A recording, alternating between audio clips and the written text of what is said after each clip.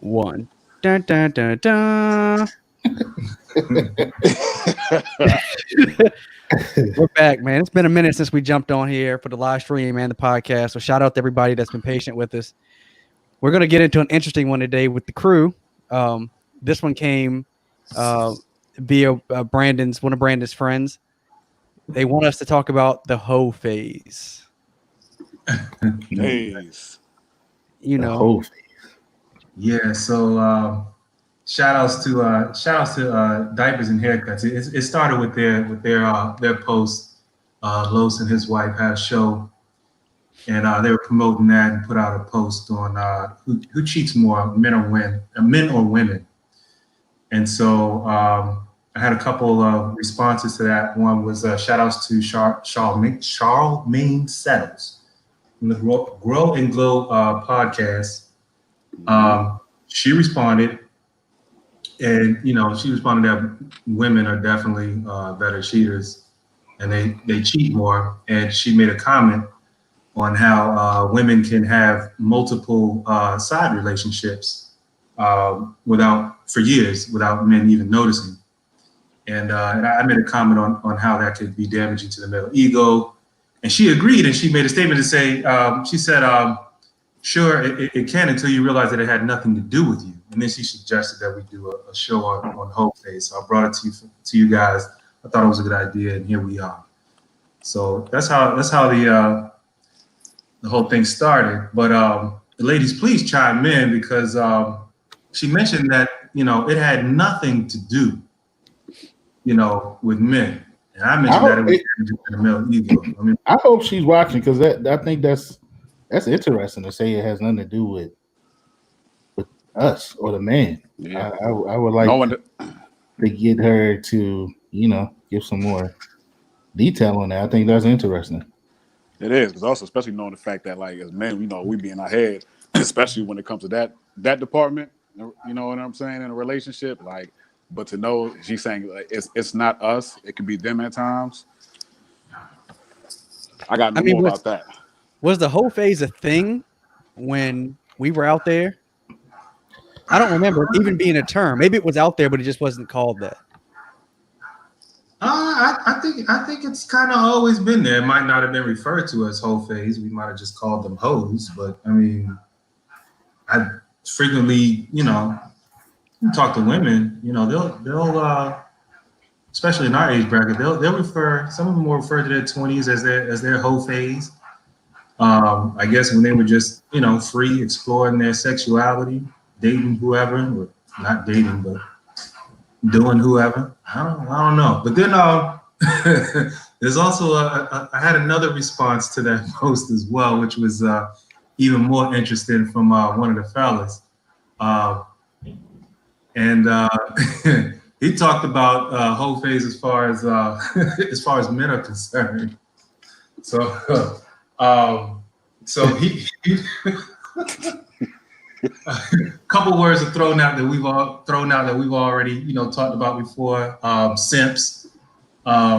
He said men could be hoe cakes, and I was like, hoe cakes. I never heard that. Yeah, that's a new one. He talked about how dudes they're like soft or punks. They'll be talking on the phone all soft to their girl, then get off and try to act hard. Or they gotta be another nigga's business, or jealous and stuff like that. So it's at least two different perspectives we can come at this with, from the women's side and from the men's side. So, well, that was my question, because I feel like the term hoe phase was kind of something that women used. So my question was like, is it a such thing? First of all, I guess we're going to tackle, is it a real thing? And is it a thing for men, or is it just a woman thing? Or do we call it something different with us? But I found it interesting. I don't know if you got the definition of it, how I know. I'm pretty sure I know how you get down. But I thought reading the definition was interesting as well, which might change some people's thoughts on if they truly had a hoe phase or not.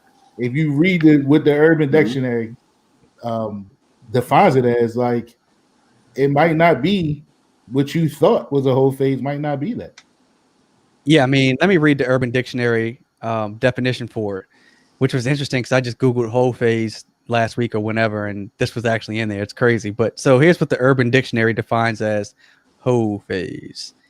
Um, a phase in your life that occurs frequently when you're fine with exploring promiscuous activities and connecting with random people. These activities do not always end in sex, but can lead to it. You have a high tendency to dance provocatively with strangers, be at tease in social settings, flirt nonstop, kiss or make out with others, and get caught up in the moment. The phase helps you establish what you like and what you don't like, explore your sexuality, and have fun. You have the ability to stop these actions or snap out of them or out of that phase. So I've certainly heard, I'm not going to name any names, but I've heard some people say they just got caught up in the moment. You just caught up in the moment. And I mean, but I don't know. Y'all want to take it from the woman's perspective first to talk about women because we date women, we dated women, and then jump into it from maybe if any of you gentlemen had whole phases. Sure. Sure. Hey, well, I think ultimately, overall, I think everybody has that particular phase, yo. You know what I'm saying? Men and women have a whole phase, whatever. It was when they was 15, 18, 25, 30, you know what I'm saying? 50, you know, so. Bro, you shouldn't be having no whole phase at 30. You No, too old for that. Yeah, you're right. You're absolutely right. But there's people that do it, you know what I'm saying? No So, doubt. I mean, are you really? I mean, based on that definition, as a single man in your 30s, I mean, You hoeing around in your 30s though? So okay, so first we need to define what hoeing around means. I mean, I know that's what the Urban Dictionary says, but doesn't this basically come down to how many partners you have, not just having sex, but are you going out at bars every weekend kissing everybody that comes up to you? Because I mean, that's quite disgusting. That's pretty disgusting. It's pretty hoish. So I mean, you kissing mad dudes in the mouth. I mean, that's whole tendencies. I'm sorry. nah, you're not. Nah, I mean, typically we're not out there kissing chicks in them. I mean, some fellas do. I don't. But I mean, if you were single, you're single. We're not 30. We're not 30. So when you was 30 years old and you were single, or I don't know if you were single in your 30s, you're single. You're going out. You're not keeping count or tally. Oh, I think I slept with 5 women this year. I think I'm going to slow down a little bit. No, nigga, you're going out, and if you book something, you book something, and you already know what you're trying to do at first. And if she turns out to be a friend, or turns out to be your girl, or maybe later on down the line your wife, but you're not like the most you think about is, let me protect myself. I'm a strap up, or if somebody seems like a little bit too promiscuous for your taste, you might back off a little bit. But come on, you're too old to be doing that. Come on now, let's not front. Yeah, so you don't think 50 is too old for a whole phase? I mean, like for real, like damn, you hoeing at 50? Well, your grandparents now are like 35. Some of these folks out there, right. Yeah, but like by 50, it depends on what. If you're not married, I mean, it depends on where you're. Again, how we define it. If I'm 50, 30, I don't give a fuck what age I am. If I can still put it down and women are still giving me attention and I'm single. That might not be my main objective of life is to go out and where the hoes at. But at the same time, like, if I'm single and I'm right, if I'm single and I'm protecting myself, I'm gonna be well, not obviously, but I'm gonna be somewhat selective on who I deal with. But bottom line, if I'm still going out having a good time, I mean, shit, I'm not keeping count. I mean, I respect that. I just feel like, so we keep saying it depends on how we're going to define it, right? So let's just to keep it level, let's just stick to the Urban Dictionary definition, right? Of what the whole phase is, right? I think by definition and by some of the things that I've read, it's typically something that comes on earlier in life, right? And most of the times it comes after a breakup or something like that. So you might run into a case where someone in their 50s or late 30s or late 40s or 40, whatever, they might have a breakup or a divorce at that time, and they might feel the need to jump out there. So I guess if you look at it that way and by it's defined like that, then I guess you do have a right to do it whenever you want to. But I'm pretty sure, I mean, I guess I'm pretty sure it'll be a little more difficult to do your or have your whole phase, like if you got children and shit like that. You know what I mean? Like if you 50, 55, and you got a 21-year-old, like yeah, I think it's a little more difficult to I think you would have to keep that in mind. Now, that doesn't mean you single, you can't date and do your thing, but I just think a whole phase thing is different. Like by definition, a whole phase is like random people. You know what I mean? Like just random. Somebody you at the bar, you see somebody at the bar, next thing you know, you necking. You know what I mean? You tonguing this person down. I think that's random. So I don't know. I think it's a little more. I think random is a piece of it. I don't think it defines in totality what whole phase is. Because you can, let's rewind back just typical, early mid 20s or whatever, your late teens, whatever. Okay. A lot of it, you'll meet a woman, you might get to know her. She might just be an associate or friend. She might not be a complete stranger, and you might know a whole bunch of them, so it don't have to be like somebody who is a complete stranger, like one night stand type stuff all the time. I think more so like whole phase is just kind of like I don't know, whatever the definition said, but I don't think it's, it's all the time just like one night stand. It could be just like your willingness to just sleep with multiple people. It probably has more to do with numbers really than anything.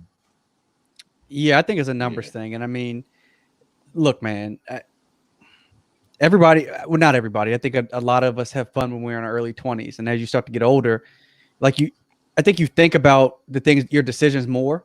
And so you're not going to be out there just tonguing some chick down at a bar anymore. If you're 40, 50, 60 during that, I mean, STD rates are up among senior citizens. Mm-hmm. And maybe that's because they're just living recklessly. But like, you want to go to the doctor because you got the clap when you're 60?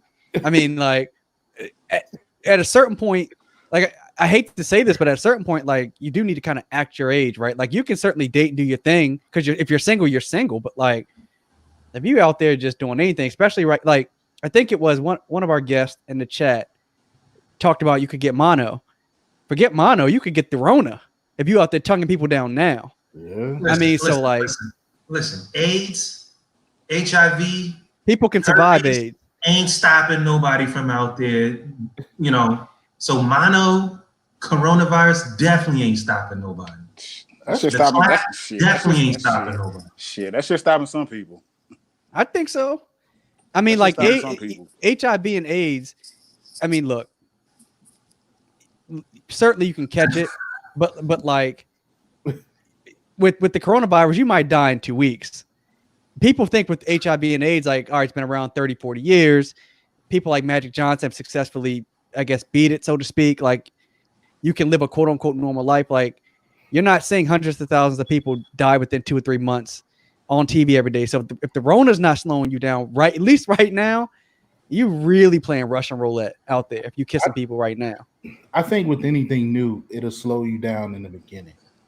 But as we've seen by the recent videos in Atlanta and in Ozark and shit in Baltimore, where we are, all the people out, like, obviously people don't give a shit. They're past that beginning phase of it. But I think it'll scare you off in the beginning. But I agree with Brandon. Like, if cats ain't out here and they ain't never been worried about catching any of the other things named, at this point they ain't worried about them. I'm not saying they shouldn't be, but I don't think cats are worried about it. So, but I do think, to what you said, Alex, I do think that it has slowed down the potential of the whole phase, I guess, or the people that was entering their whole phase, because you see comments on Twitter every now and then by like, yo, when this shit end, yo, I'm it's on. You know what I mean? Like, people like they struggling because they're not able to engage in their normal activities. Right. So I mean, I think it has slowed, but I think people are itching to get back out there. So when this shit does clear, eventually or whenever, it's gonna be on it. It's gonna be on it. I think a lot more people will enter into their quote unquote whole phase once this shit is done. I mean, so does the whole phase really come down to women being promiscuous? That's my question, because like I said, because men got the stigma as like men have always been promiscuous from the time we've been like 10 or some shit. You know right, what I'm saying? But it's been like, acceptable for men. But it's been acceptable for men. But for women, it's like, yo, if a woman is promiscuous, if she been started since, you know what I'm saying, she was young, then it's not a label and shit. I think it goes both ways, but I just think when women do it, you know what I'm saying, it's just like, you know what I'm saying? It's a little bit more out. It's a little bit more out there when, you know what I'm saying, when women start promiscuous activities at a young age. I feel like, I mean, honestly, I've only heard this term used by women. So, you know, I mean, I initially felt like this was a term that women use for themselves to say, "Hey, I had my whole phase at 25," and you know, to certain people, it means different things. Everybody means different things. You know what I mean? Like one person could consider it their whole phase because, you know, they slept with a person within 3 months rather than waiting 6 months. I don't know. Whatever it is in their mind that makes them consider it a whole phase. But that's when we decided to talk about this. That was the interesting part about it for me was, okay, I even asked Misha, like, okay, so what is it?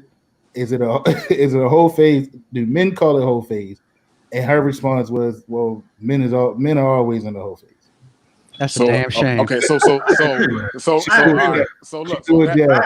what I'm saying. I agree. Hold on, wait. So that's the case, right? So who takes the actual the name of the shit, the whole phase? I think who takes it and runs with the shit? You know what I'm saying? Like, I think the name is obviously applied to women, but like men are hoes too. I mean, we've talked about this on other podcasts for various conversations. Like, if women sleep with 10 people and you consider that a hoe, then you apply the same logic to a dude.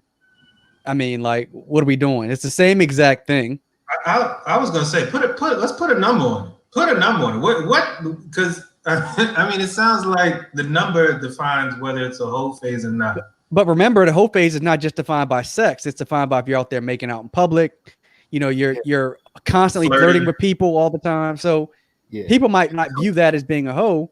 But if at every cookout you over there flirting with the dude on the grill, I mean. Yeah, I mean, I don't see how that's not considered a hoe. I mean, it's like I said before, it's disgusting. So, come on, yo, come on. Look, I get it. Okay, I get it. I want to be with the virtuous woman and all of that, but like, I'm not saying that. So the shit's not disgusting. If you see a random girl just kissing different dudes in the mouth, like, I'm sorry. I mean, it's disgusting. You see a man do it too, but like. Just knowing the fact that like a woman is just like do-si-doing around like a bar or a club, like so are you? But I guess the question is, are you holding men to that same standard? So if you see your homeboy at the cookout and he known to be kissing random chicks at every cookout you go to, and then you see the chick, you see a chick that's known for the same thing. Are you giving the same equal frown to both of them, or are you looking at the female like, yo, she a hoe, or she in her hoe fit, or whatever you want to call it? I mean, you probably gonna give your homeboy more, you know what I'm saying, more of a leash because that's your man. So like you already know how he gets down. But eventually you're gonna be like, yo, that's just disgusting too. Like you kissing that girl.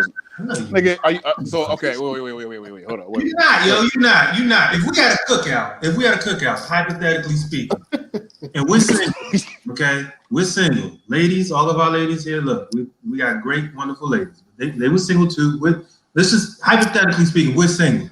We're sitting there, we're eating, whatever, and I say we did this in our early 20s. Yo, she on you.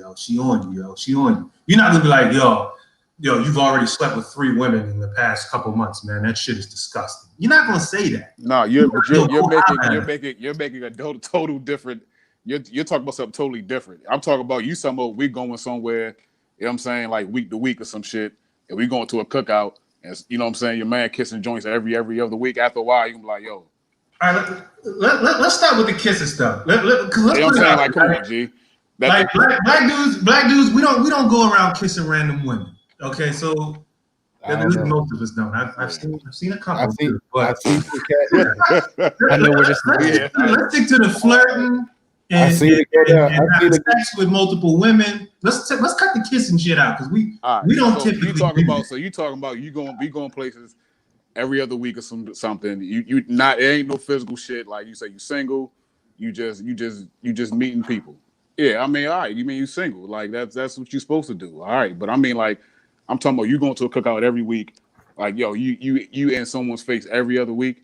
You know what I'm saying? You in a chick's face every other week. Bruh, summertime. Come on, man. Summertime, you going to a cookout every other week. It ain't just for the food. And I guarantee you're gonna be going to the cookouts that have the most women there. You're not going to the cookouts where all the fellas are just chilling there. You're going, especially if you're single. Especially, listen, man. Nobody's going to no cookout for a bunch of hot dogs. All right, come on, yo. Let's stop fronting here, yo. Yo, no one's saying that, but you're flipping it up a little bit. You're like, if that's what we're doing. All right, I understand that, but like, yeah, I mean, not kissing random chicks in the mouth. Mm-hmm. All right, cool, but like you said, like, yo, if you single, and I mean that's what you want to do. I mean, all right, ain't nobody knocking that shit.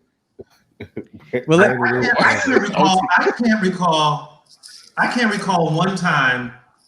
I can't recall one time where I ever said to any of y'all, man, y'all sleeping with too many women, yo. That shit is nasty, yo. I can't recall one time I've ever looked at another dude and be like, yo, he's sleeping with too many women.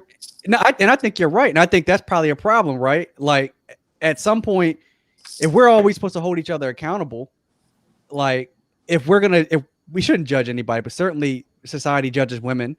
And so if your homeboy comes in and this summer I slept with 10 chicks, like we shouldn't be saying that's cool. Certainly because they can get an STD, they can get somebody pregnant and not be able to take care of their child. Like there's all these other things, not to mention, look, man, there are more and more women coming forward with men who raped them or got them drunk or put them in a situation where they didn't know what they were doing. Mm-hmm. So yeah, like when we were coming up, I don't recall when our friends would say different numbers, anyone ever saying, gee golly, that's just too many. Yeah. Yo, you should stay home tonight. We're going out, but you should stay home because you've met too many women this Let me show you all these numbers real quick. So I found this interesting. Shout out, Mike sent this over, so shout out to him. I don't know if you guys can see it clearly, but I'll in charts and shit. What the chart? Doug, I thought it was interesting. I mean, I thought it was interesting because it was scenario. It's like you got me looking like Martin at the DMV. RESPECT. Yo, but I found this chart. I was just looking at some shit, and I thought it was interesting that it shows like the percentages and the median for men and women, and then it shows how that median number is jumping for women as well. Like, so you know what I mean? Like, so the chart shows that it's. I'm just asking. I could be wrong. The chart showing that is it so women to men, right? But let Holla read it off. He can see it better. Yeah, look, here's what it's basically saying. All right. When you so let's say a woman or a man that has less than 20 sexual partners, it says that women are more likely to have up to 20 sexual partners than men. Where it changes though is when you get up to 100 plus partners. Men are more likely to have 100 plus partners than women. So basically 20 or less partners, that's women's space. You get above 20 and that's where men really, men tend to have more sexual partners, 20 plus. As in, 20 partners, not 20 years old or anything like that. Which I thought was interesting, I guess, from the standpoint of, okay, so is it a whole phase for men and women? Is it okay to call it a whole phase for men when we doing what you described, Brandon, going to the cookout, bag and everything we could bag? Is that our whole phase, or is a whole phase just for women? I thought that this chart was interesting in Use a hoe. in saying I think in society, the way it's defined, the whole phase is that's for women. But in reality, I mean, I agree with what Kamisha said. I mean, and I don't exclude women from that either, but definitely men are. If a man is single, he's always in a quote unquote whole phase, because part of that definition is flirting with women. It's not just having sex with them or kissing them. It's flirting with them, trying to get at them. And if you're a single man, you know, if you have if you have the ability to quote unquote bag, you know, a large number of women, then chances are that's probably what you're gonna do. Okay, if you're the man who doesn't typically, if you holler at women, you frequently get turned down. Okay, you're even more kind of like, yo, you probably flirting with women even more because you just try, you know, you playing a numbers game at that point. I mean, I guess like for women, it's like, yo, they're early age, they're young, they're probably on average in the best physical shape of their life. They can go to the store or they can just walk down the street. They can just step outside. They can be anywhere, dressed anyway. Somebody gonna try to holler at them. that's true. So if you look at the pure numbers game, of course, the chances of them having sex at a younger age is probably a lot higher. Okay, they probably have a lot more opportunities, which is probably why they get tired of this shit. And after a while, once they start getting like 27, 28, that's when I think, in my experience, that's when women start to know what the hell they want. Then they start to get in their 30s. They want marriage. They want kids. Okay, that's when they're supposed to be out of their whole phase. Okay, Well, hold on. I don't know necessarily because from what I hear, their peak actually rises in their 40s. Actually, Well, their sexual peak, yes. Their sexual peak, you know what I'm saying? Their sexual drive might. But think about your dating experience, because we have similar dating experiences. We grew up together. We live in the same ass area. We've gone out to the same places.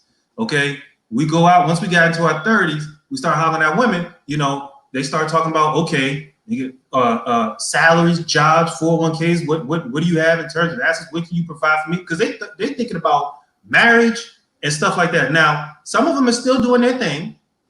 They're still doing their thing and looking for a husband at the same time, and maybe that's why they're having a lot of problems. You got to do one or the other. You typically can't do both. But when we were dating in our 20s, we wasn't getting asked questions like that. It was just, you know, whether how good we look to them. They didn't give a shit. So, like, I don't know. You know what? Hold on, Quan. I want to read Tracy's comments. I thought this was really good. She said women get looked at as tarnished if they have too many partners. Shout out to my sister. What's up, hey sis? I'm gonna call you in a little bit after. I appreciate the love. Hey man, you could have texted her. I do, but isn't that true? I do like, so there was. Yeah. I can't share my screen because Alex has me on restriction. Bro, first off, that you might have some stuff up on your screen. But I mean, I found like an article so it was a female saying that her boyfriend broke up with her because he couldn't handle her number from her past, and she kind of went into like, yo, his number was high too, but she didn't judge that. But you know, when he got her number, you know, he was like, yo, I can't handle it from, you know, just from a mental standpoint or, you know, whatever. It is true. It is true. I think women are less likely to judge that number than we are, because it goes back to, I think it was, I don't know his name, but the dude that played Bruh-Man on Martin. Mm-hmm. Back in damn, what was the comedy show on BET? They used to come on. A Comic View. Was it Comic View? Yeah. I remember, I will never forget this, like years ago, because we all know Comic View ain't been on for years. He was doing a stand-up and he talked about how, you know, he talked about this situation, but he talked about like how, when it come to his girl asked him his number, he was like, yeah, just throw a number out there, 20. And he asked her number, and she said 2. And he still lost it. Like he was like, yo, I got shot. Yo, you slept with you a hoe for 2 people. And I think that it's true because I think it becomes an ego thing. Like especially if it's and we talked about this before, another pod, but especially if it's a woman that you want to be with, or you want to call your wife or whatever, that any number above you is going to be too much for the male ego sometimes. Man, let me say this about the number, Mike. Let me say this. Wait. Are y'all really about to start that? We about to get on this? Well, y'all really about to set it off? Y'all really about to set me off with the number? Like we about to start this? Listen, we really about to go into this? Listen, man. Go ahead. When it comes to a number, man, like first off, you should always assume that people have had multiple partners, right? But if you do not need to know a number. That you don't need to know. If you think you need to know a number, what you need to know is make sure someone is free of STDs or AIDS or something like that. Like if a number is in your head, then both y'all need to go down to the clinic and get tested. Like the number itself doesn't matter because someone could have slept with one partner and have an STD or AIDS and slept with 100 partners and not caught anything. So the idea really should be, is my partner clean or not? Not, well, they've had too many partners. That gets to be a bit ridiculous. Yeah, I mean, I don't think the primary concern though is, although it's one of the primary concerns, I don't think the actual primary concern is the STD part. The actual primary concern with the number is when it comes to men, it's really an ego thing. Like you don't want to feel like you walking around with the neighborhood. Oh, you just don't. No, I agree with that. Somewhere you go out, you don't want to be with your girl, and you running into dudes that she didn't mess with, and they are, oh hey, da da da da, yo, that's my friend. Agreed. You don't want that shit. The 3-6 Juicy J, DJ Paul, the song may play in your head as you're walking around the neighborhood with the hoe. That you don't, like you said, you don't want that. So Quan, your sister wants us to talk about this real quick. My bad to cut you off. But I figure you might want to address this. Tracy asked, do you consider women who don't believe in monogamy, if they believe in open relationships, are they a hoe? That's a good question. Now, we had this in our polygamy episode. I think that varies from person to person. I mean, do you? Well, I mean, I think what we found out from that is I think people that's in that poly, that in that poly, realm or whatever you want to call it. I think people, I guess, well, the backlash I got from it is that we didn't know what the hell we was talking about, which we clearly said before when we started the episode. But from what I gather from that is that it's not so much that if you're in an open relationship that you're sleeping with, like, I guess what they say the thought process for people who don't know what's going on is they assume that people are sleeping with like 10 other people if they're in an open relationship. And what they say is that's not typically the case if you're in an open or poly relationship. So even with that, like when we break down, when you think about the whole phase, right? Because my definition of the whole phase, and even when it comes to an open relationship, they're two totally different things. See, my definition, I think a whole is like, yo, you meet someone, she meet a dude like that day or whatever, 24 hours, she's ready to go. Open relationships may be different. You may be in a situation, like you said, where you may be single, in a way you may be out mingling, you may be meeting and talking to people, and you may have, many different relationships. So, like, that's what I'm saying. Like, when we break it down, even when it comes to the whole phase, like, one of the things that I it kind of stuck out to me was where it says, these activities do not always end up in sex. And I'm like, well, if it's not a whole phase, how, and if it doesn't end up in sex, then I mean, how is it a whole phase? Because my definition of thinking of like, yo, it's going full throttle. It's not going to be anything where it's like, yo, it's just some kissy here and it's just some flirting here. Like that's everybody's not like you, Ahmed Johnson.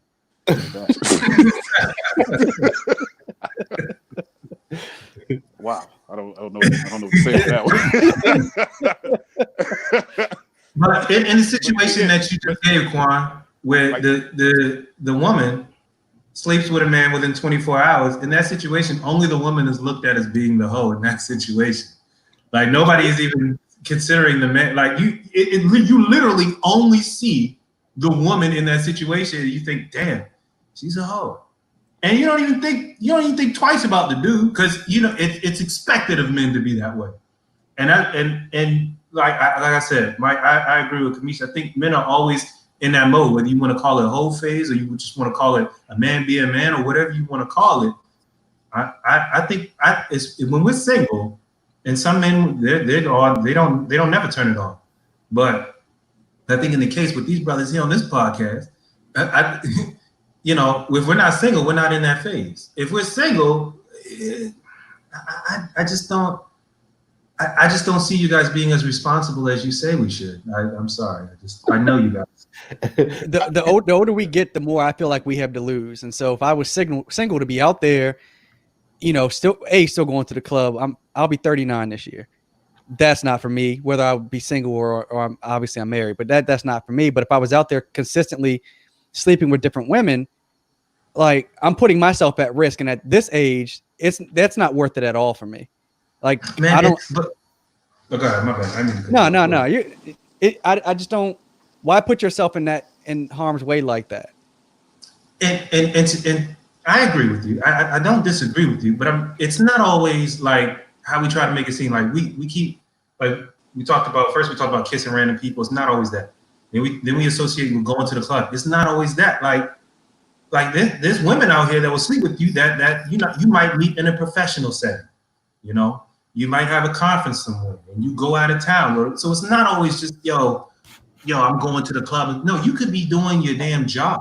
You could be doing something that you're supposed to be doing, and you still meet a woman. You still have a connection or a vibe, and you still go, especially if you're single. If you're a single man, a single professional man, and you're out in a professional setting, and you meet a beautiful woman who is also professional, and you just feel the vibe, like you're not gonna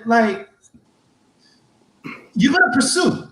You're gonna pursue, especially if you feel that she's giving you vibes. But so does pursuing make you a hoe though? That's what I'm saying. Like, it's part of the definition. We talk about we talk about several different things, and it's part of the definition. If the key things here are frequency and numbers, I think. Okay, frequency and numbers.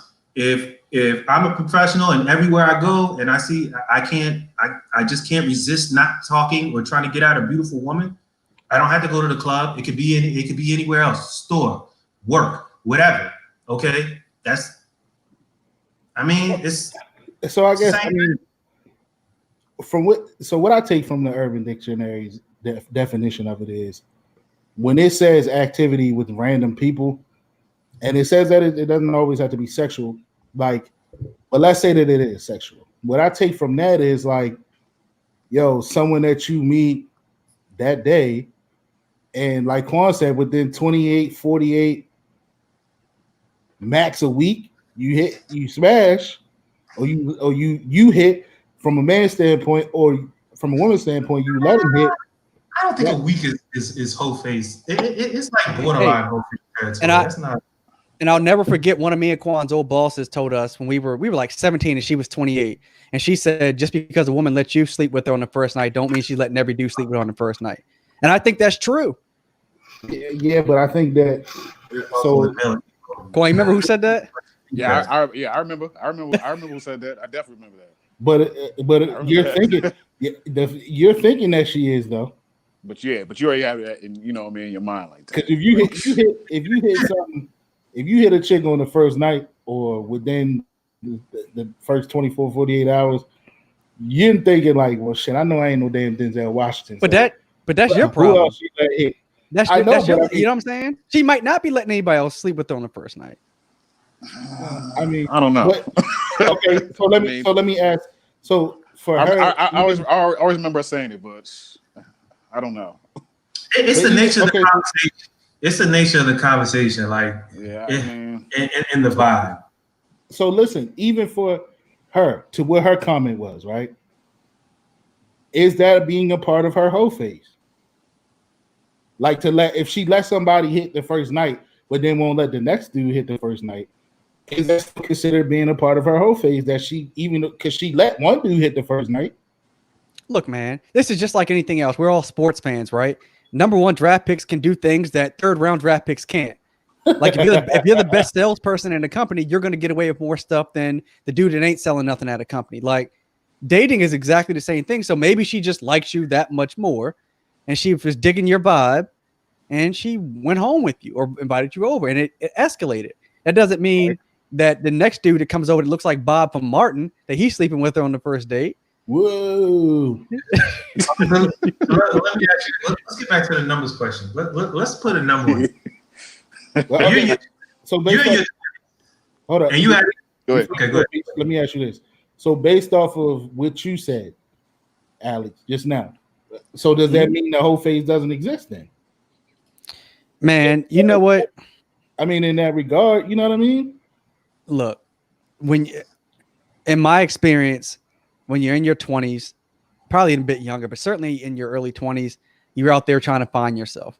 And I think that that's a part of that. The Urban Dictionary says that's a part of the hoe phase. I mean, you're trying to figure out what you like. Right. And so I get that part of it, man. I mean, the hoe phase only exists because that's how we define women. That's it. Like it wouldn't exist if women didn't exist. The hoe phase wouldn't exist because men would call it something completely different or not call it anything. So I mean, that's fair. I mean, I don't know. I never thought this deep into it until we said we was going to talk about it. And it very may be a thing that doesn't exist. Maybe it's just people being who they are.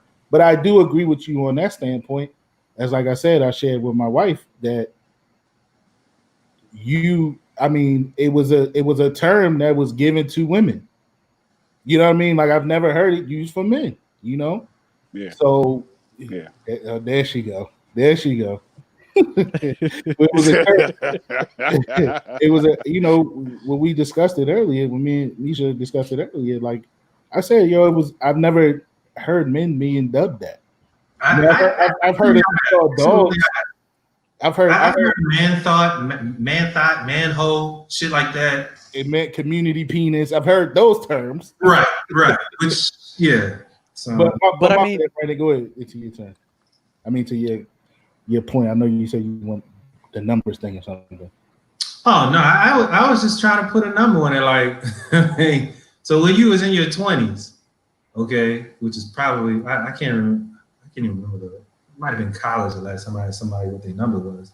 But a chick in her 20s, what do you think the cutoff is for her to be in her hoe phase? Like, what's the over under? What do you mean? What's the over under? Like how many numbers? Okay, so how many numbers you got? What's the number? If she crosses this number, she's considered. But see, that's okay. You talking a number within a span of time, or her number in her career number? Anywhere in your 20s. I'm asking 20-year-old Mike, Quan, and Alex. Single cats running about, just tearing up the DMV.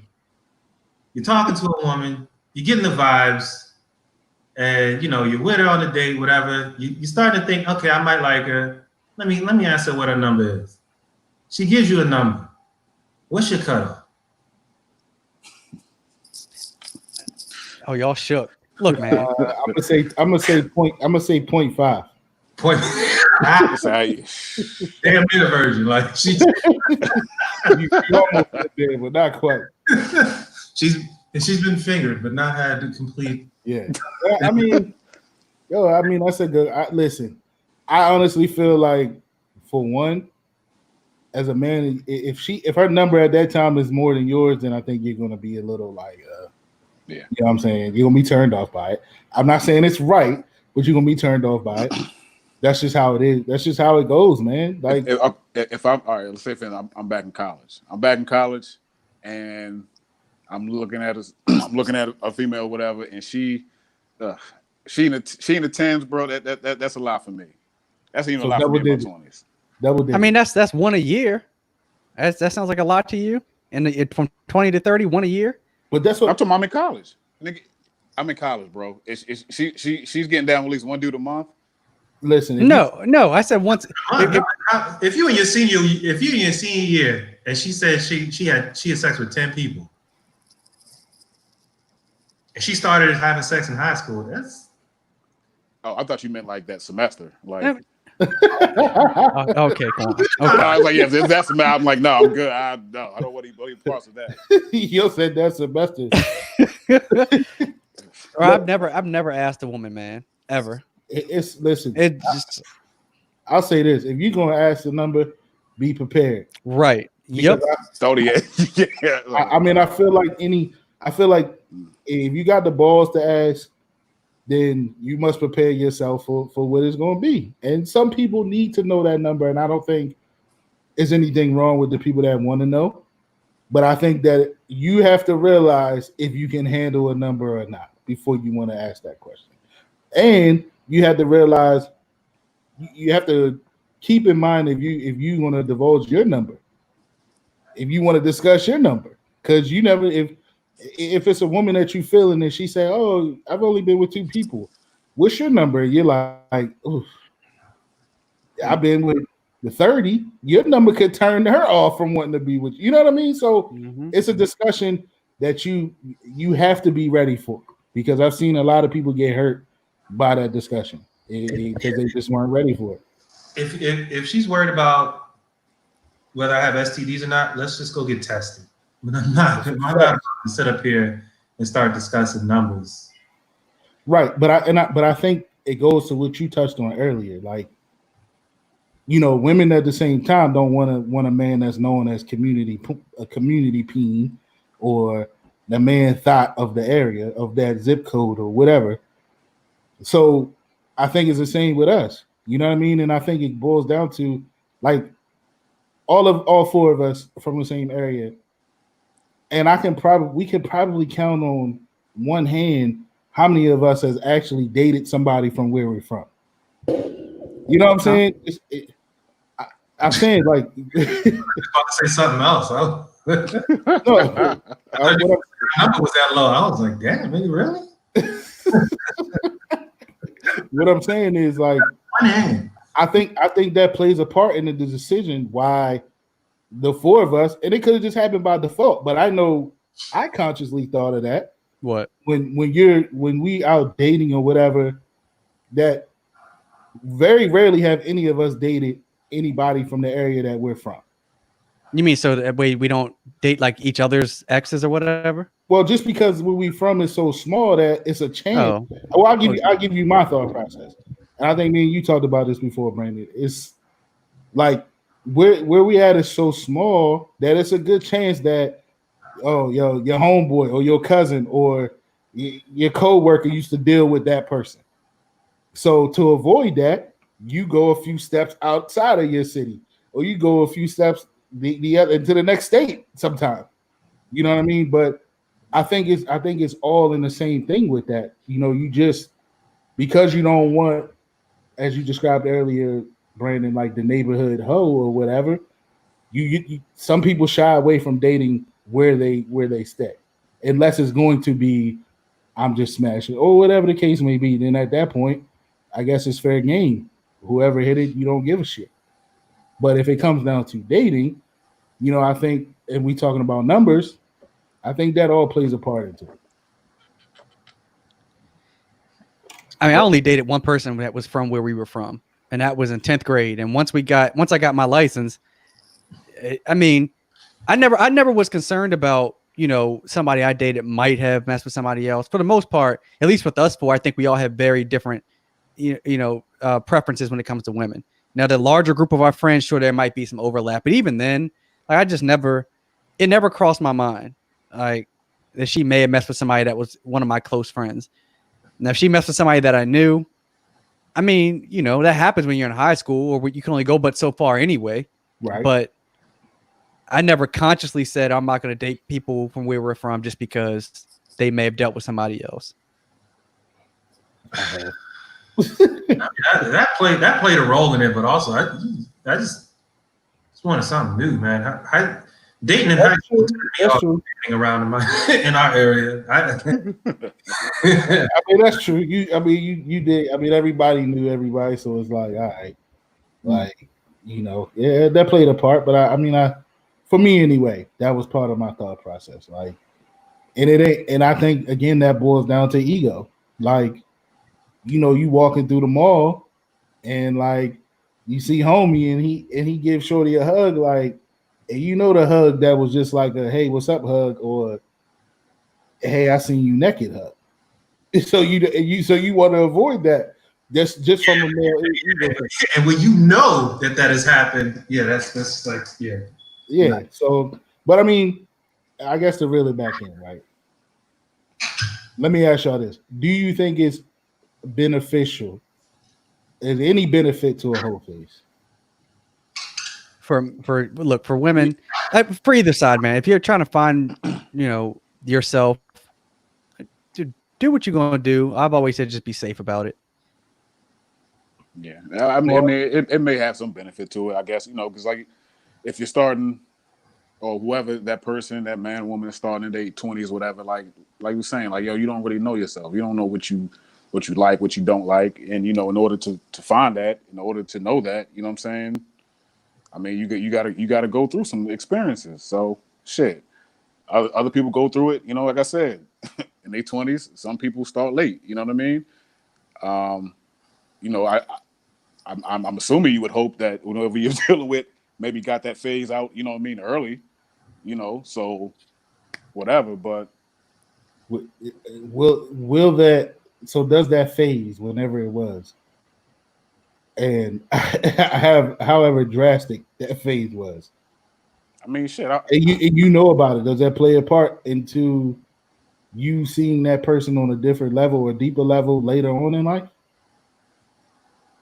Yeah, I mean, I think eventually, it stops. You know what I mean? And I think that comes with growth. You know what I mean? I think it comes with the person that you see yourself with, or whoever. You know what I mean? I think it just comes with just understanding, like, yo, shit, I'm older. From a man, I can't be slinging wood. You know what I mean? You can into your 70s and 80s. You know what I'm saying? But I guess you maybe want something a little bit different. Women, after a while, they kind of want to slow down and shit. So I guess it all depends on where you at in life. It all depends on where you at.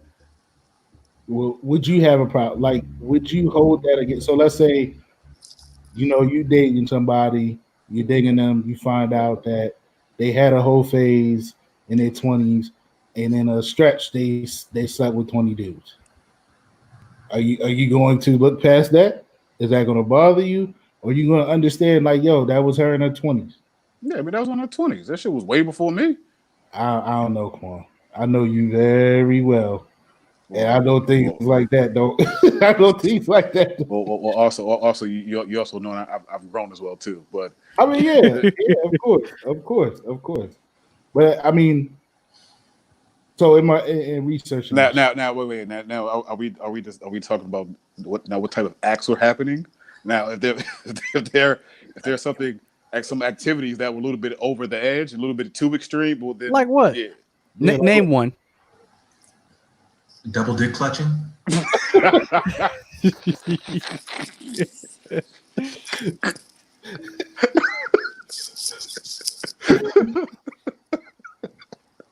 Yeah, well, that may be a little bit. Yeah, that's way too extreme. Yeah, fuck that. Nah, I'm good. No. Clutching two pieces of wood. Nah, I'm good. I don't.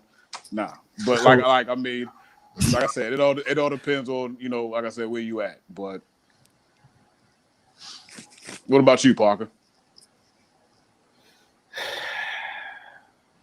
I would like to say I wouldn't care, but I do. I will admit that you want to know how your lady was when they were before you. I do. You know what I'm saying? Like, I don't need to know a number. I don't need to know a concrete number, but I need to know, like, yo, you wasn't the, I don't know, you wasn't smashing the whole football or basketball team or soccer team. I do need to know that. But what if she did in college? Like, that doesn't mean she's the same at 40. Yeah, You know what I'm saying? College? Wait. If she She gave it to the whole football team. Nah. So you wouldn't date a woman that slept with 20 or 30 dudes, but yet you would big up a dude that slept with 20 or 30 women, right?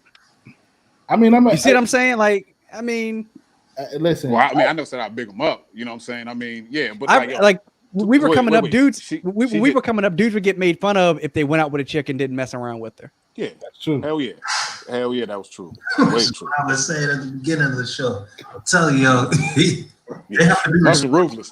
No, yeah, we ain't doing it.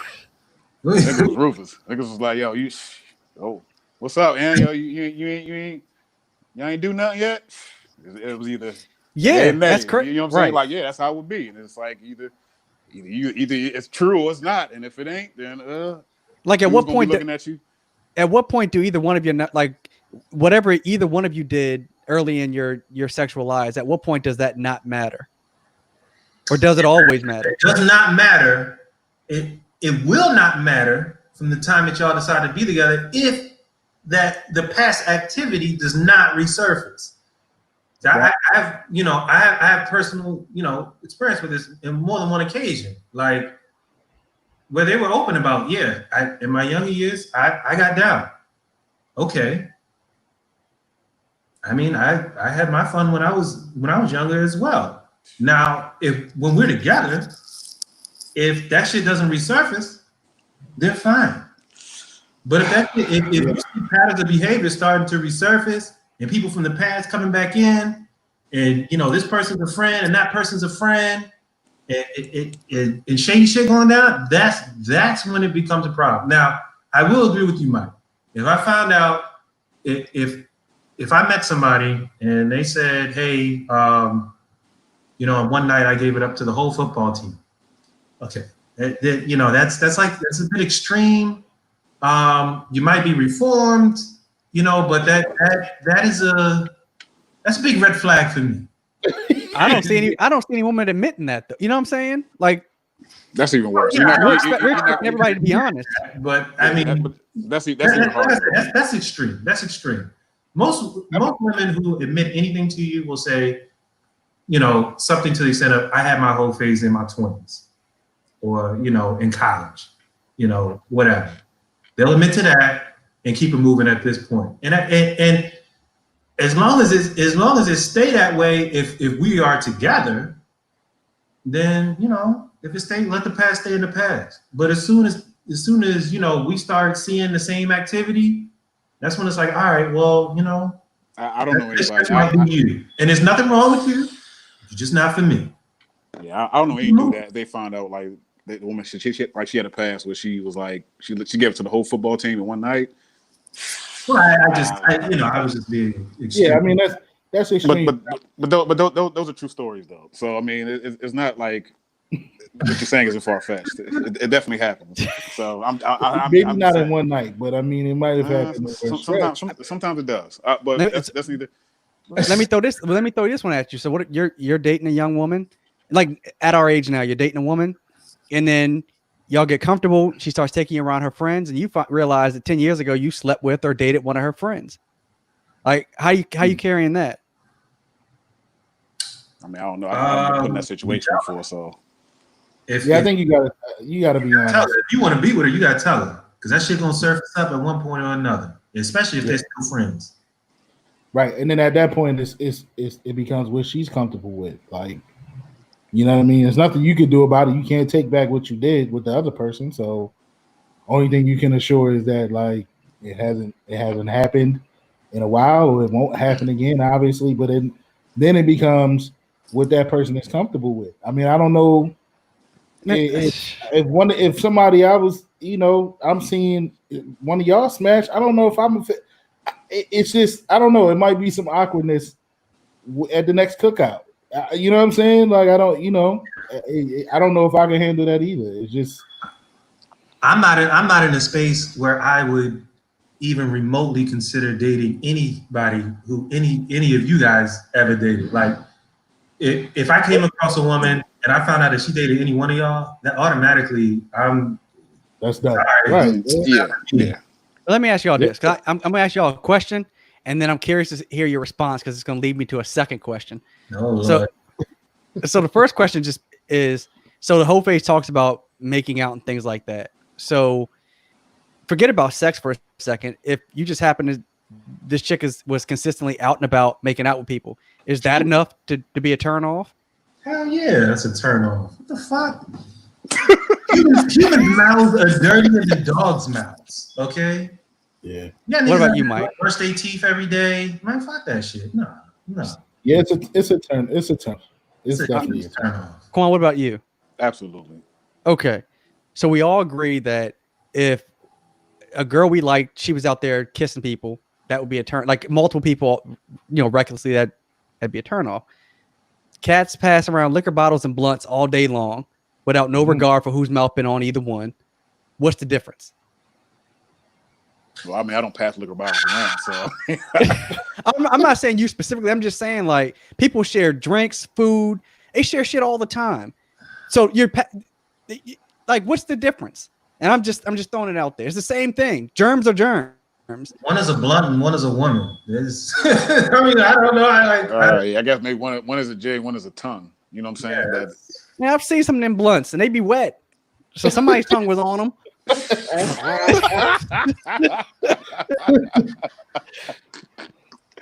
I mean, I'm just saying. I think it's a difference. Like, so it's kind of like it's kind of like it's kind of like the graphics that they showing now of how easily like the Rona can spread from one person to another.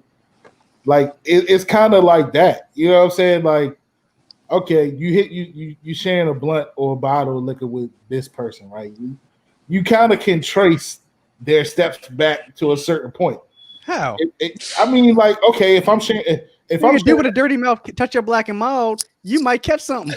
But I'm saying, if I'm sharing a blunt, if I'm sharing a blunt or a black and mild or a bottle or anything with one of y'all, I can kind of trace where y'all been to a certain point. Okay, I know he only kissing his lady or his wife. I know she's only kissing him. You know, they might kiss the dog or the cat or something, but I can trace it back to that point, right? And you don't know where he's kissing her. I mean, you can probably guess. That's true. But then if it's y'all do. If it's a random chick at the bar who you see then she done kissed 5 different people, and each time you see her at the bar, like you can't trace that, you can't trace like who those 5 people have been with and all of that. So I think it's different. But I get your point. Though. I was more closely related to eating off of silverware from a restaurant. Yeah, they might throw it in the dishwasher or have a half-ass guy in the back hand washing them.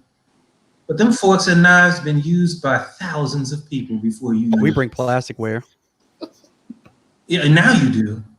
Sinead always carries it first.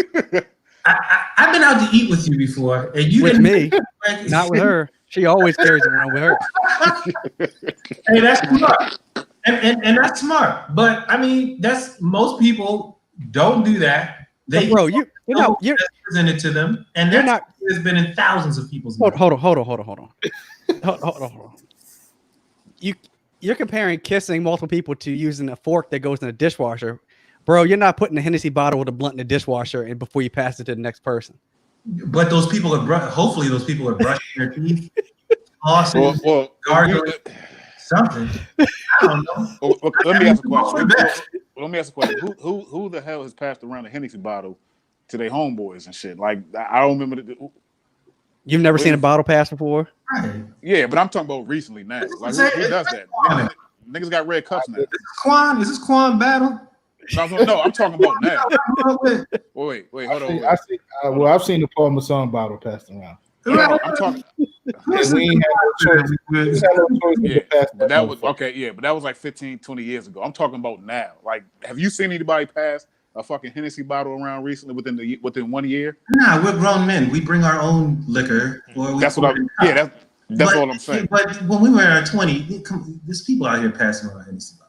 Oh yeah, I mean, pass around their little shooters or their pints. Yo, hit this nigga, Black Miles, whatever. Niggas definitely was hitting Hennessy like Raekwon and Raekwon the big boy and Outkast. All right, well, let me read this to y'all. Real quick, right? So, from the thoughtcatalog.com, they did a story on the Hoe Phase. And their point of the story was 6 reasons why every girl needs a Hoe Phase. So this was for women and how it's beneficial to them, right? Number 1, you become more in tune with your body. You agree? Do you guys agree with that? I think you can, but I don't necessarily agree. I think this whole list is bullshit, but go ahead. Okay. Yeah, I don't agree with that, but okay. Part of their thought process in that is it's liberating. Exploring your body becomes more comfortable in your own skin. When coming out of a long relationship, it's weird to get back in the saddle, and you're going to have doubts. But this is where you get to begin loving yourself again. By going out, they say using the Hoe Phase to find out what you want again is a good way to know yourself again. This must be the part where who wrote this? It has nothing to do with us. The thought, because I thought, yeah, okay. That I mean, that doesn't even. Let's hear what they got to say. I don't know. Okay. So get out of a relationship and then go thought off. That's going to make you feel better. I mean, I don't think that's what they're saying. I think they're saying like when you get out of a relationship, you kind of when you get out of a long relationship, you kind of in a rut, right? Like you hurt because it ended or whatever. So I guess it's a way to get back on your feet. The feeling good about yourself is becoming more in tune with your body by, I guess, giving it up to someone random. I feel like alcohol or drugs. If I just indulge myself in this because I'm in a rush, I think that's a setup. But let's hear the rest of the list. Okay, number 2 is it makes you self-confident. After coming out of a long relationship, especially when they ended poorly, you have a lot of self-doubt. You may not feel pretty, smart, happy, etc. But you can only wallow in self-doubt for so long. You need to learn to love yourself. No one wants to have sex with the girl that cries afterwards because she's in love with her ex-boyfriend. Don't be that girl. Instead, use this time to feel yourself a little more than before. Use this time to become the girl you used to be before you fell for the douchebag that ruined your image or yourself. Then why not just always be in the Hoe Phase? Yeah, I don't agree with that. At some point, you come across a man who's looking for a woman in a Hoe Phase, and you're out of your Hoe Phase. Now you criticize. No, I don't. You're not for me. I want something like if. I'm sorry. Number 3, story time. After hooking up with what's his face, you're going to be dying to tell your friends, and they're going to be intrigued to listen. There's nothing better than sending a text that says, quote, "So I did a thing last night." She's going to know exactly what that means, and the details are going to start to unravel. The best part of this is that you're going to be able to go through it step by step, and because he's not your boyfriend, you're going into complete detail and even answering every question about his penis size. You've just become superwoman to your friends, especially if you hooked up with people you all known for a long time. You're answering questions for them, and they're kind of always wondering about, but could never really confirm or deny. Go slay, girl.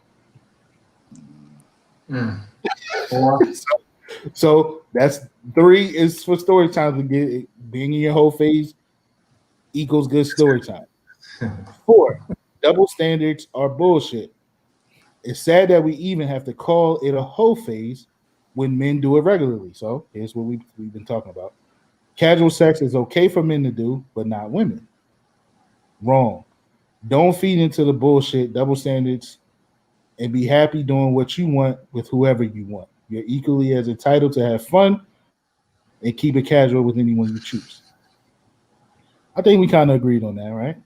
With that one. Yeah, until that last sentence. What was it? What does it do? Whatever you. What was that sentence? Do whatever you want with whoever you want. Double standards are bullshit. And don't feed into it. Be happy doing what you want with whoever you want. Yeah, 5. Until you're not the one who benefits from it. But go ahead. 5, likes versus don't likes. Because you're exploring, this is a great opportunity for you to find things that work for you and things that don't.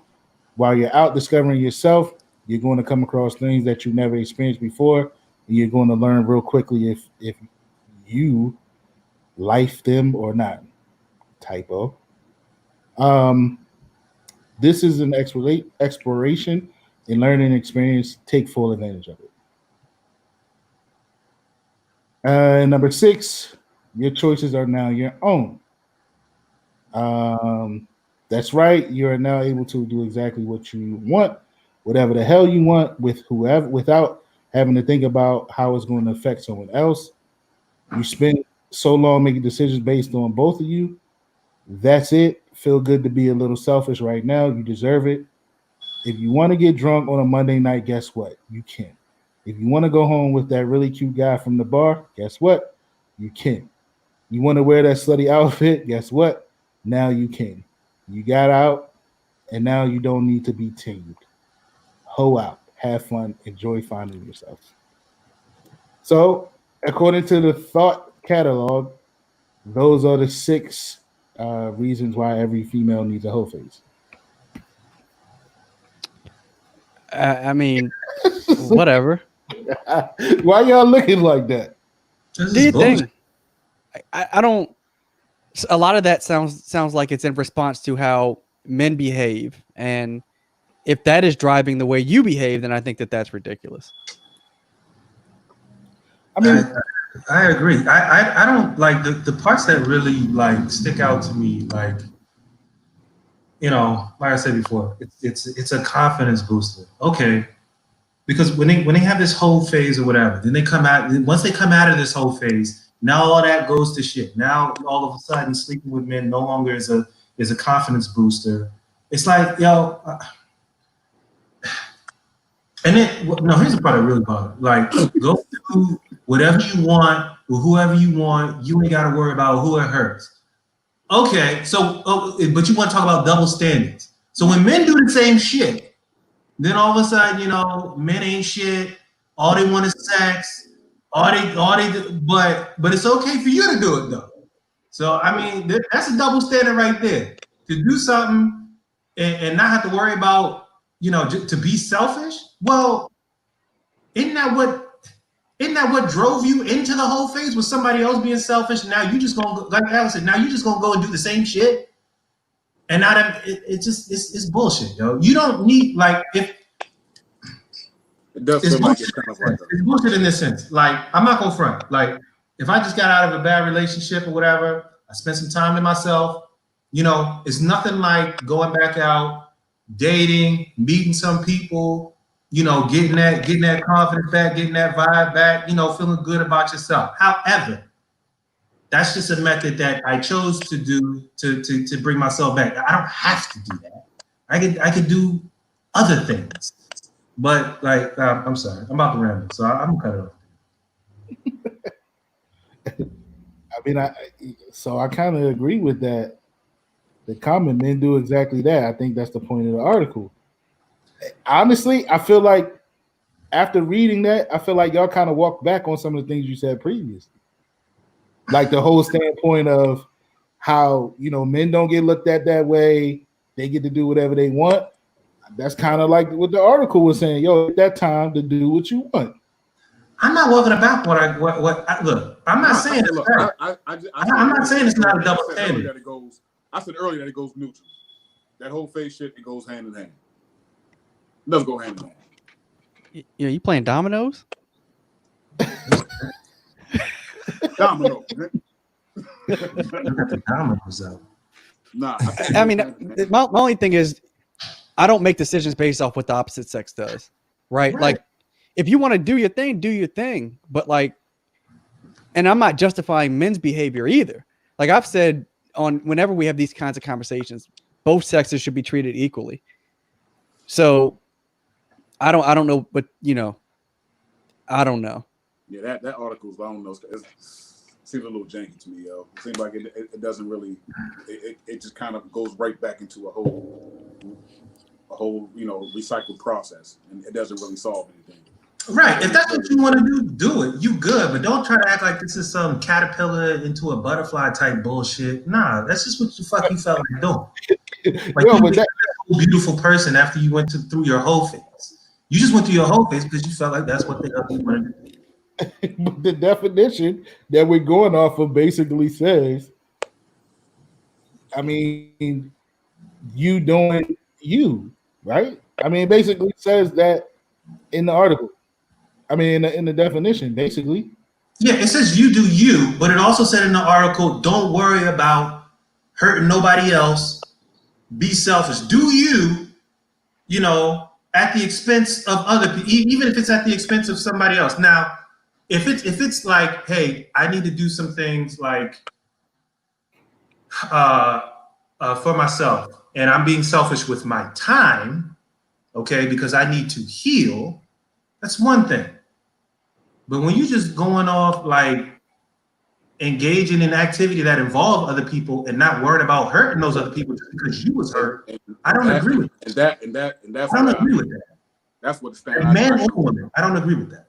When it comes to that, you know what I'm saying? Because it's like, yo, all right, yeah, you doing your thing, whatever, but like, what if that other person was really good to you or something? You know what I'm saying? What if that sixth dude that you was dealing with, or that sixth woman that you dealt with, you know what I'm saying? Well, you know what I mean, could have been good to you. So that I don't agree with. Just kind of like just disregard other people, you know what I'm saying? And you just do it just to get yourself better, get yourself right. And I mean, I didn't quite take it that way. I think I would hope if you in your whole phase that you're honest with the people that you are hoeing around with, I guess, for lack of a better phrase. To let them know, like, yo, I'm not looking for a relationship. I'm just, I'm looking for fun. So I think in that standpoint, I think it is a bit of selfishness that you may have to, you might have to be selfish in those regards. If you're about recovering for yourself, sometimes you might have to. The selfish versus reckless. What the article is saying sounded a little reckless. That's all I'm saying. When it says don't worry about whoever you affecting or whoever you hurting, that's reckless. But like you said, if you are open about it, if that's what you want to do, fine. If that's what you want to do to make yourself feel better about yourself, fine. But when you, like I said, when you start talking about like doing that other shit, that's reckless. That's just my opinion. Well, I mean, look, man, but whatever, do your thing. Right. I think it's just, I'm not a big fan of people looking for excuses for their behavior. If whatever this whole phase thing is, whether you want to call it the whole phase or you just call it, getting to find yourself, whatever it is, you make your decisions based on what you want to do, not because you think someone else is doing something or you're looking for an excuse to get away with something. Just do whatever you're going to do. Hopefully be honest about it and be safe. So I do know before we jumped on, Mike, you wanted to address the George Floyd situation, right?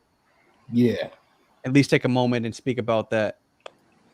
Yeah, I mean, I just felt like as 4 black men, 3 of which were children, and with little black boys. Alex, you got younger brothers and nephews and all of that. And like I said, it's 4 black men with a little bit of a platform. I just felt like it was something that we should talk about a little bit.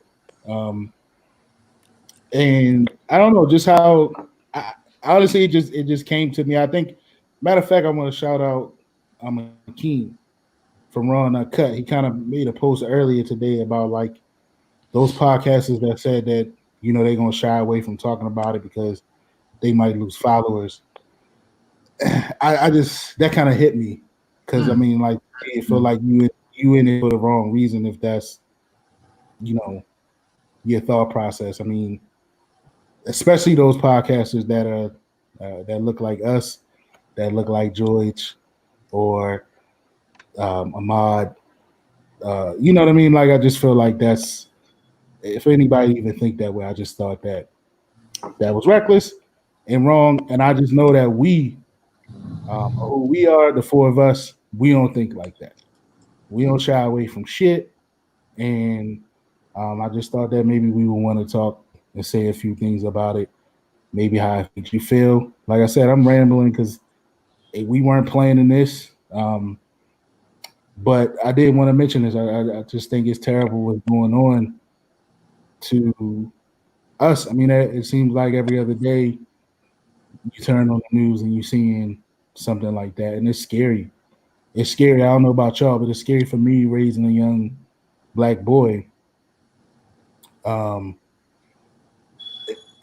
and knowing how the world might be for him when he gets to that age, and just looking at him so innocent and not having a care in the world, just to think about like those conversations that need to be had later, because they need to be had. Now it's to that point where we have to have these conversations with our boys.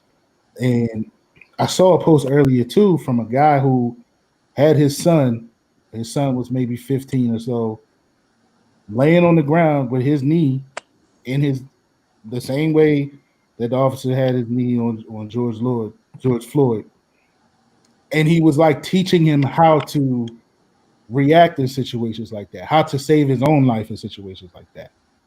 And the fact that people feel that they have to do that is fucking scary.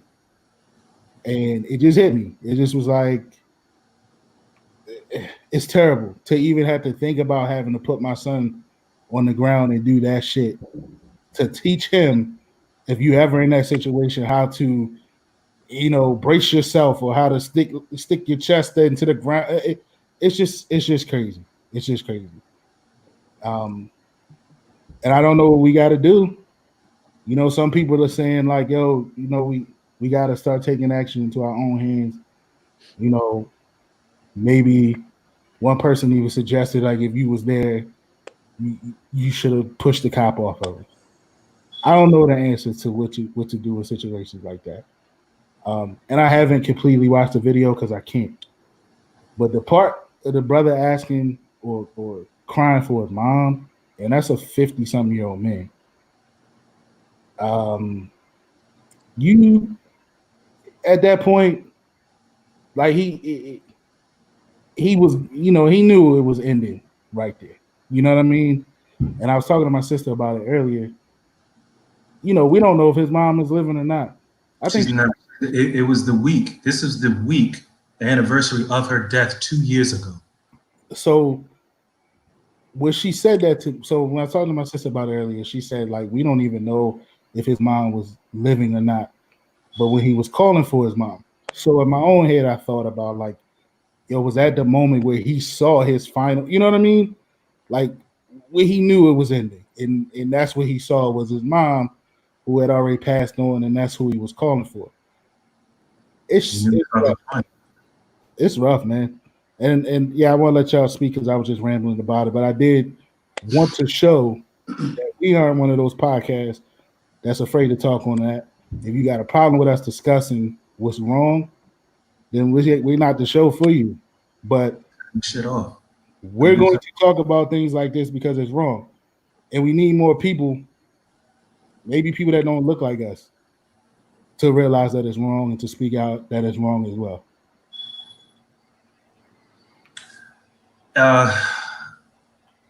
Man, I feel everything that you felt, and to be honest with you, this conversation, this episode, is kind of been like a mental getaway from everything that's going on. I mean, you can't. And you're on social media, you watch the TV, whatever you're looking at, even it's just constantly on your mind, and like all the things that you talk about, like worrying about your son. Man, I started talking to my son when he was 4 years old about good cops and bad cops. I said, not all police are good police. I told him that at 4 years old, we was having a conversation because I forgot how the conversation started, but we were talking about police, and it just, you can't help but like, you feel like I felt like I would be lying to my son and setting him up for failure if I sold him on the fact that all police are good police, trust the police. I feel like I would be lying to him and setting him up for failure. Because I know, and I'll be honest with you, I don't know a black man alive that has not been either, you know, pulled over for being black or whatever, has not had at least a mild run-in with the police at some point in their life. And it's like I look at my son and I know that's gonna happen one day. One day he's gonna get pulled over. One day he's gonna be walking down the street and the cops are just gonna mess with him. One day it's gonna happen. And I just pray to God that it's just one of those instances where they just mess with him or ask him a couple questions like what are you doing around here? And then they leave him be. But it's like, you know, it's coming. And the other night, me and I were just sitting here kind of like just in silence. You know, we had the lights off, we were just chilling. And she said, you know, she was like, yo, I just need a hug. Because she was like, I'm thinking about all this stuff that's going on. I was thinking about it. And we just kind of laid there like in silence. And, you know, but it was like an intense silence because we both knew what we were thinking about. Mm-hmm. You know, and I had no words to comfort her, yo. It's like one of those things where you want to tell her, yo, it's gonna be all right. I didn't say shit because I didn't have shit to. I can't tell her everything's gonna be okay. Mm-hmm. I don't know that. I don't know that. Next week, today, tonight, tomorrow night, it could be another brother on the street. And what's most frustrating is you still have people out here that's like denying that this shit is even happening. And even more frustrating, you have people that just they won't say anything. They won't say anything. People who aren't black, they're tired of seeing the shit on social media. Oh, really? Oh, really? You tired of seeing black people post about it? You're tired of seeing black people talk about it? Oh, yeah, black people have been going through this shit in this country for now hundreds of years. So, it's, man, now I'm really busting out in the sweat. Because this shit got like, I don't know, man. That shit, it hurts, man. It's been somber the last couple of days, just seeing pictures, constantly seeing pictures of that cop's knee on his neck like that, yo. Yeah, I mean, ultimately, man, it's sad, it's sickening. It makes you want to throw up. It's grotesque, man. You know, the wickedness that you see out here, the evils, and how it's, you know, it's systemic, you know. Yeah, I've been battling with this for a little bit, man, you know, and it's funny, you know, just to even, not even funny. I mean, when you think about it, I'm talking about me per se. I'm from, man, this past week, you know, I forgot what day it was, but I want to say maybe it was Saturday. I don't know, man. I was watching Django. I just happened to watch Django. And I'm going to be honest, like, I've been feeling a way about it since I watched the movie. Like, and when I watch things, sometimes I like to actually dissect it. So now I'll go through rewind stuff and just seeing the acting, just seeing the certain messages that were being portrayed, it already kind of put me in like a small type of funk. You know what I'm saying? Just when it comes to what has been going on with, you know, police, what has been going on with, you know, racism as a whole, the things that we have to endure, the things that we've seen. And, you know, it kind of put me in that type of mood. But now, you know, seeing that video, seeing what went viral, as well as the other, you know, the other killings, it's hurtful, man. It breaks my heart, and I'm really emotional about that, because even when, like you said, it gets to a point in time where, like, yo, you know, we have to sit our kids down and discuss this with them and teach them this and show them, like, yo, this is what you have to do. You know, it's to that point. It's to that point where you know, you literally have to tell your kids, like, yo, they have to be on guard. You know? And just like you said, that part to where they're innocent, where they're young. You know what I'm saying? You already know there's going to be a point in time like, yo, you have to break that shit down to them, and you have to tell them, and you have to show them. You know, that's the scary part about it.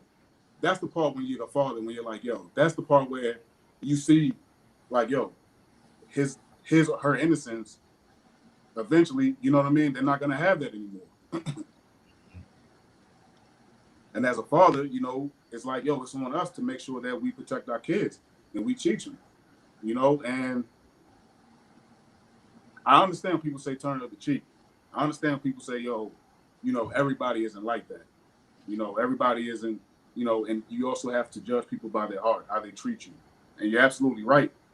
And even like you said, when it comes to good cop, bad cop, but at the same time, man, it makes you feel as if like you have to really make sure that you got, you know, you keep your head on the swivel and you protect your neck at all costs.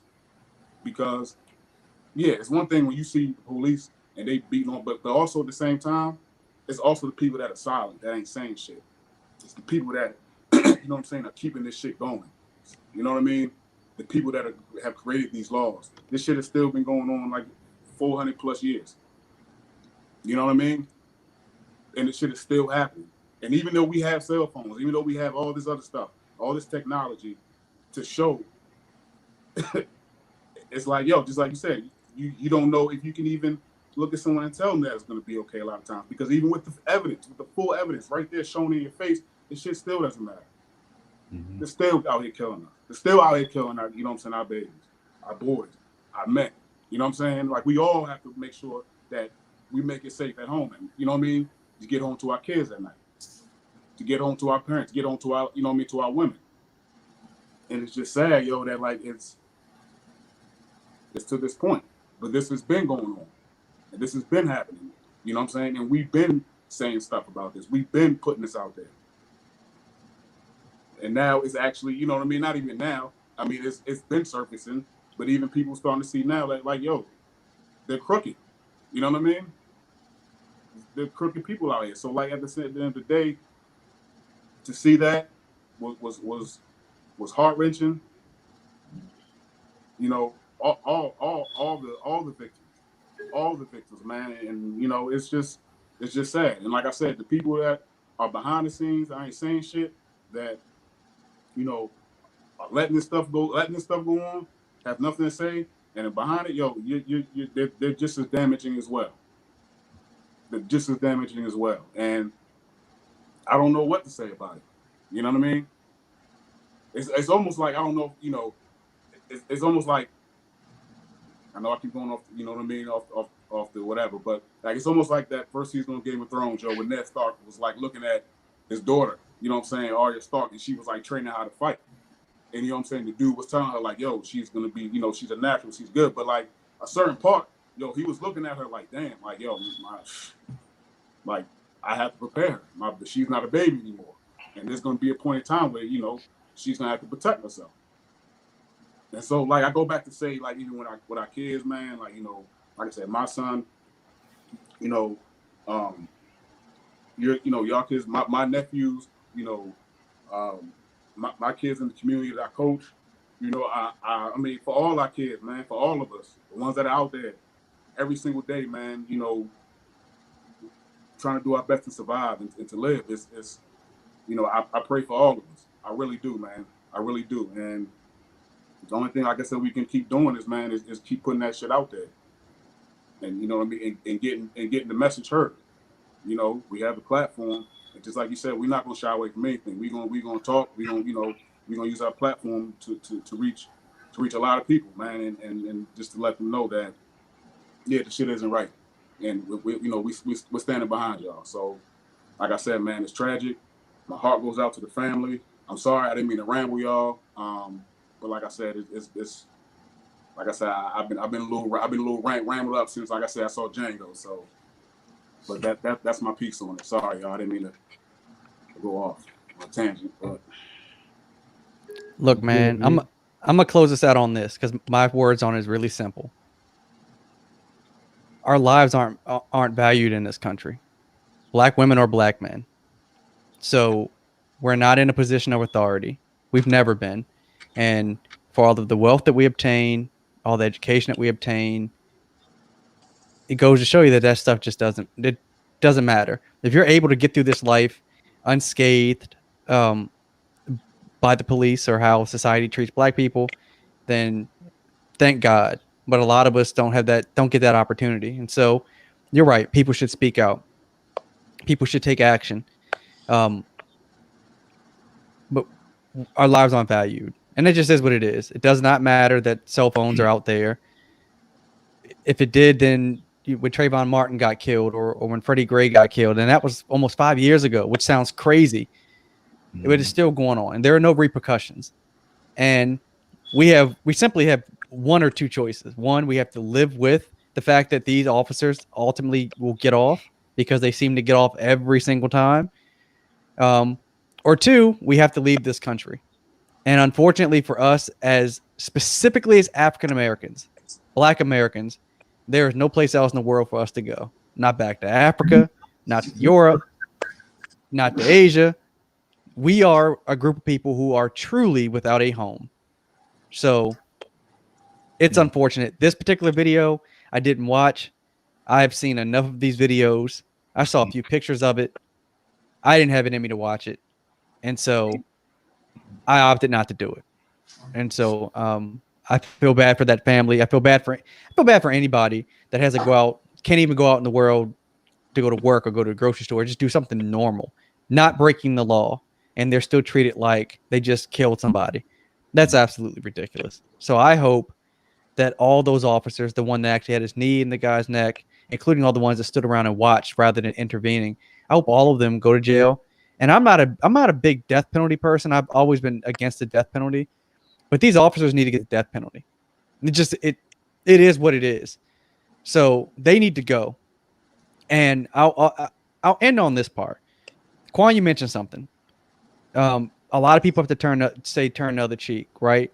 And I always say Martin Luther King turned the other cheek, and they still killed his ass. Right.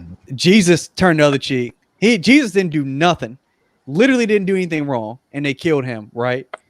And when we reference the Bible and talk about, we should love our neighbors and treat people how we want to be treated, we should always remember that even God got fed up in the Bible, and He will roast you too. Like even He had His breaking point, right? Sodom and Gomorrah. So even us as men and women, we have our breaking point, and so yeah, man. And this the whole turn up the cheek, man. I'm sorry, bro. I know it's said what it said, but I'm tired of hearing it. You know what I'm saying? I'm just tired of it. Yeah, I mean, Get tired of hearing it. I'll say this. Somebody mentioned to me today or yesterday, one of our listeners, like, man, I know y'all gonna touch on George Floyd and Ahmaud Arbery and stuff like that. And I was, I know that we have in the past, and like I said earlier, we don't shy away from anything.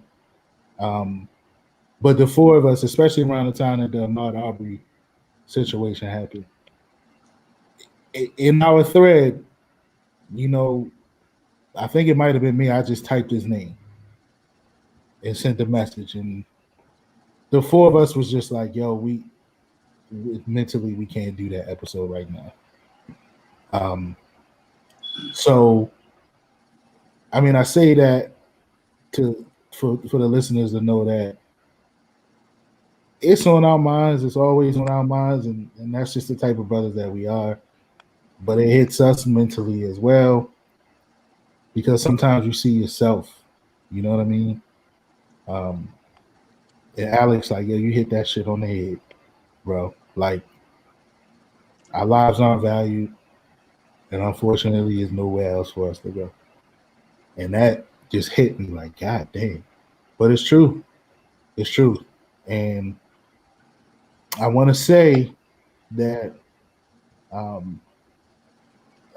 want to piggyback off, and it wasn't really a challenge, but I took what Akeem posted earlier as that. So, and a lot of people, a lot of our podcast brothers and sisters, answered to that post and was like, I'm on it. But I'm gonna issue a challenge, and I want to see even our podcast brothers and sisters that don't look like us. I'm challenging y'all to say something, man, because your listeners might need to hear it. And your listeners might look different than ours, but what's wrong is wrong, man. And if the shit's wrong, it needs to be talked about. I agree with that, man. I hope that everybody stays safe out there and Absolutely. protect your loved ones. That's all we can really do at this point. So appreciate y'all for tuning in to Off the Record. ABA, ABA person. Sorry, we didn't get to your question. We kind of switched topics, so we're sorry about that. But yeah, thanks for listening in, man. And so we'll get with y'all next time. We out. Peace. Have a good night.